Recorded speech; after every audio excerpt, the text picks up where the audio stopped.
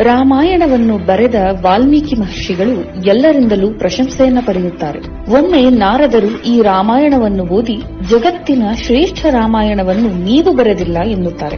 ವಾಲ್ಮೀಕಿಗಳು ಶ್ರೇಷ್ಠ ರಾಮಾಯಣವನ್ನು ಯಾರು ಬರೆದಿದ್ದಾರೆ ಎಂದು ಕೇಳುತ್ತಾರೆ. ನಾರದರು ಹನುಮಂತ ಬರೆದಿದ್ದಾನೆ ಎನ್ನುತ್ತಾರೆ. ರಾಮನ ಪಟ್ಟಾಭಿಷೇಕವಾದ ನಂತರ ಹನುಮಂತ ರಾಮನ ಅಪ್ಪಣೆ ಪಡೆದು ಹಿಮಾಲಯಕ್ಕೆ ಹೋಗಿ ತಪಸ್ಸನ್ನ ಕೈಗೊಳ್ತಾನೆ. ಹಿಮಾಲಯದ ಬಂಡಿಗಳ ಮೇಲೆ ತನ್ನ ಉಗುರುಗಳಿಂದ ಸದಾ ರಾಮನಾಮ ಜಪಿಸಿ ರಾಮನನ್ನ ನೆನೆಯುತ್ತಾ ರಾಮನ ಒಂದೊಂದೇ ಕಥೆಗಳನ್ನು ಬರೆಯುತ್ತಾನೆ. ವಾಲ್ಮೀಕಿಗಳು ಹನುಮಂತನ ಬಳಿ ತೆರಳಿ ಅವನು ಬರೆದಿರುವ ರಾಮಾಯಣವನ್ನು ಓದುತ್ತಾರೆ. ಹನುಮಂತನ ಈ ಅದ್ಭುತ ರಾಮಾಯಣವನ್ನು ಓದಿದ ನಂತರ ಅವರ ಕಣ್ಣಲ್ಲಿ ನೀರು ಬರುತ್ತದೆ. ನಿನ್ನ ರಾಮಾಯಣವನ್ನು ಓದಿದವರು ನನ್ನ ರಾಮಾಯಣವನ್ನು ಓದುವುದಿಲ್ಲ ಎನ್ನುತ್ತಾರೆ. ಆ ಕ್ಷಣ ಹನುಮಂತ ಹನುಮದ್ ರಾಮಾಯಣವನ್ನು ತನ್ನ ಕೈಯಲ್ಲೇ ಪುಡಿಪುಡಿ ಮಾಡುತ್ತಾನೆ. ನೀವು ಬರಹಗಾರರು, ನಿಮ್ಮ ರಾಮಾಯಣವೇ ಜಗತ್ತಿಗೆ ಶ್ರೇಷ್ಠ ರಾಮಾಯಣವಾಗಬೇಕು ಎಂದು ಹೇಳುತ್ತಾನೆ. ವಾಲ್ಮೀಕಿಗಳು ನಿನ್ನ ತ್ಯಾಗಕ್ಕೆ ನಾನು ಮುಂದಿನ ಜನ್ಮದಲ್ಲಿ ನಿನ್ನ ಗುಣಗಾನ ಮಾಡುತ್ತೇನೆ ಎಂದು ಹನುಮಂತನಿಗೆ ಹೇಳುತ್ತಾರೆ. ಅದರಂತೆ ಮುಂದೆ ವಾಲ್ಮೀಕಿಗಳೇ